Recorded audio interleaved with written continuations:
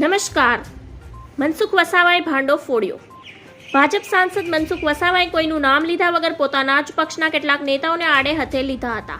તેમણે કહ્યું કે મને ટિકિટ ન મળે અને મને હરાવવા માટે પ્રયાસો થયા હતા. મારી જ પાર્ટીના કેટલાક નેતાઓએ મારા વિરુદ્ધ આ ષડયંત્ર રચ્યું હતું અને માત્ર મારી જ નહીં, દરેક પાર્ટીમાં આવું બનતું હોય છે. આ પ્રશ્નનો ઉકેલ લાવવા અમે યોગ્ય જગ્યાએ રજૂઆત કરીશું.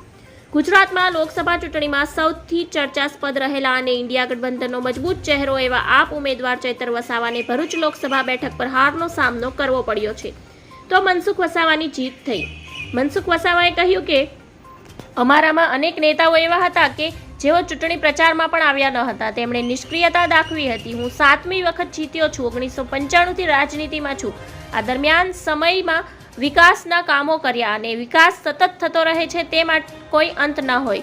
તેમણે ભાજપના સતત 6 ટર્મના સાંસદ રહેલા મનસુખ વસાવાને ટક્કર આપી હતી. ભરૂચ બેઠક પર લીડમાં ઘટાડો થયો છે. આ વખતે 7મી વખત સાંસદ બનેલા મનસુખ વસાવાએ હૈયાવરાળ ઠાલવી છે અને તેમણે ચૈતર વસાવા અને વિપક્ષની સાથે ભાજપના નેતાઓને પણ ટકોર કરી છે. ધન્યવાદ. જય હિન્દ.